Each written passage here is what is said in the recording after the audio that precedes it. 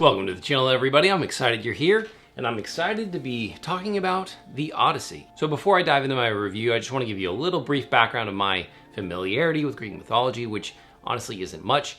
I've read a short story. It's an unfinished short story, actually, written by C.S. Lewis about Troy, although it was very interesting. And then I also read his book called Till We Have Faces, which is a retelling of the myth of Cupid and Psyche.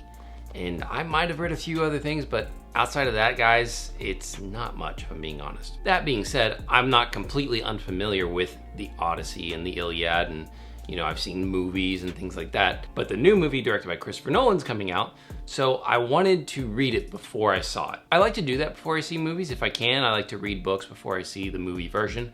I don't always do that, but if it's something that I really care about, or if it's something that's really culturally important or big, I like to have an understanding of what it is before I just go see a movie and watch it and think, oh, I guess that was the Odyssey.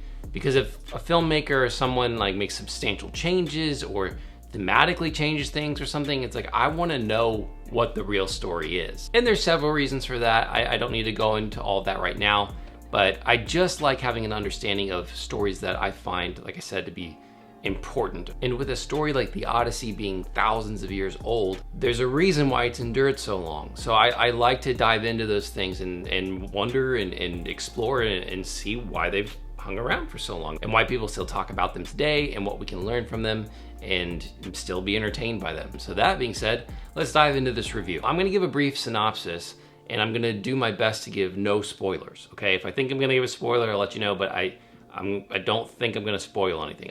I'll try to keep things really as brief as I can. So the Odyssey is about Odysseus. He's the one who sacked Troy, and this is the story of him trying to get back home to his home country of Ithaca. And it's been around 20 years, I think, since he has gone to war. And in that time, his wife Penelope is also waiting for him. She's not sure if he's alive, but she's holding out that he is. There's other suitors in her house that want to seek her hand in marriage. And this time, he had a son who is now grown. And his son is wondering if his father is still alive and if he'll come home and stop all these violent men around him from destroying his estate. That's kind of it. That's the basic plot synopsis. So if you've never read it, that might sound fairly simple, and in a way it is, but at the same time, a lot happens in this story, and it's pretty great if I'm being honest. It is full of action and suspense and drama and a lot of characters and a lot of locations. It's very entertaining. Something that I found interesting about the structure of the book is the dialogue. Now, again, this is a story that's like thousands of years old. It was originally a poem. And so I don't know if this was typical of the Greeks or of the Greeks during that time or just ancient poetry that's around this time period. I'm not totally sure. But a lot of the dialogue is kind of like monologues. People talk in these big chunks, which at first I wasn't sure how I was going to feel about that. There are a few sections where the dialogue kind of goes more back and forth traditionally, like what we're used to, like he says a few sentences, this person says a few sentences. But the monologue stuff is actually really cool. And what I liked about it is you learn a lot about the world. You learn a lot about the countries, and you learn a lot about what has happened and what people are hoping is gonna happen. And in the process, you learn a lot about each character's unique voice, because Homer does a great job of writing in people's emotions in the process of how they feel about what's going on, what they're hoping for. And it gives each character a unique voice. And so you get to understand them on a very personal level and differentiate them, which I thought was really cool. And it really fleshes out the story. Now, I can't compare this to other translations because this is the only one I've read so far, but I read the one by W.H.D. Rouse, and I read the introduction and I read his essay in the back about how he kind of translated Homer's words. And what I appreciated, and if you're a scholar, if you've read a bunch of other translations, you can leave your thoughts down below. I'd love to hear you out, and I'd love to dive into this more.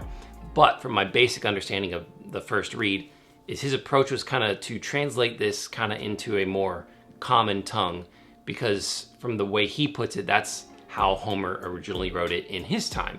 Was he wrote it to be easily accessible for the people around him, which I thought was very interesting. Because don't get me wrong, I love things like John Milton. I'm in the middle of Paradise Lost right now. I love the beautiful language, I love the symbolic imagery, but sometimes that can be a lot of work. And I like a challenge, but then there's times when you just need a good story and you just need something entertaining. And there's something to be said about using a certain style of language or words or eloquence that draws you in, because when you're intaking a story, sometimes it's more important for you to intake kind of like the themes and the messages and the morals of a story and the consequences of your actions or whatever the case. Sometimes like it's important for you to intake that in an easily digestible way as opposed to just being very, very fancy. Like I said, I love the fancy stuff, not against it. I encourage people to push themselves in those areas, but sometimes you just need something like this. And that's what's cool about stories though. You get all different kinds of styles and you can enjoy all different kinds of styles.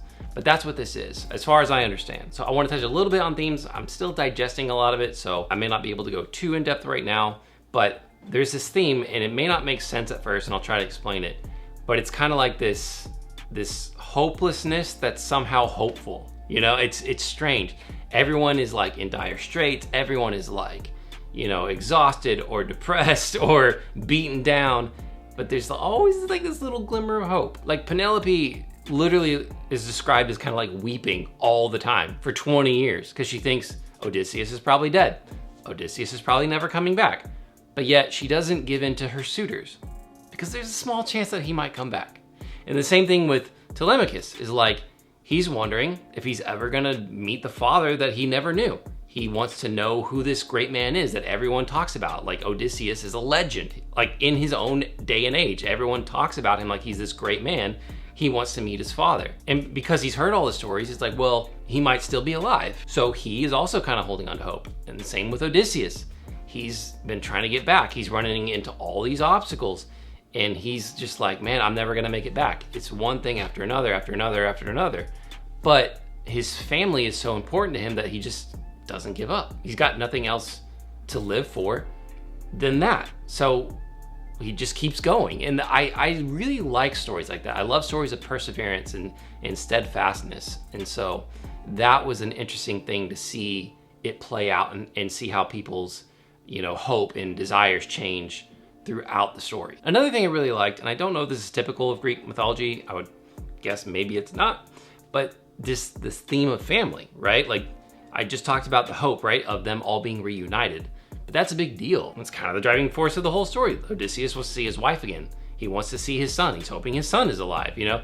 Everyone's hoping everyone's alive, you know? Like, but it's like, it's to get back to them. It's to get back to home, get back to family, and see his son thrive, to see his son take over his estate one day, you know, like to see him inherit all of his riches. And I think that's so cool. I'm a big family man. So in a way, I was kind of surprised because I knew the basic premise of the story before I read it, but I just didn't realize how much of a driving force it really was gonna be. So I just thought that was really cool.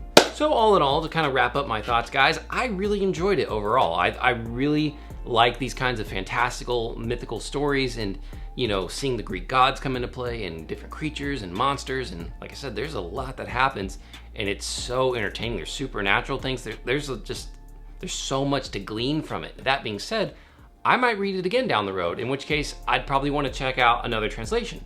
So if you have like a translation recommendation, let me know. I like things that are kind of like as true to text as possible. I don't mind if it's more of like modern day English necessarily. I just don't want it to be something that people are either subverting or putting their modern sensibilities into it or trying to change it. I just want to know what the story is. So that being said, if you got good recommendations for translations, let me know in the comments. And now, having read it, I do have some thoughts and concerns about the movie that's coming out. I generally like Christopher Nolan's movies quite a bit, but some of his choices are very odd to me and very concerning. And I'm not gonna go into it really right here because this is a book review. I probably am gonna make another video sharing a lot of those thoughts. So if you wanna see that, stick around, come back. That being said, guys, if you like this video or if you found any value in it, please like, share, and subscribe. I'm really trying to grow this channel. I'm having a lot of fun doing it, and I love engaging with you guys in the comments. And as always, guys, thank you so much for watching. I really appreciate your time, and I'll see you in the next video.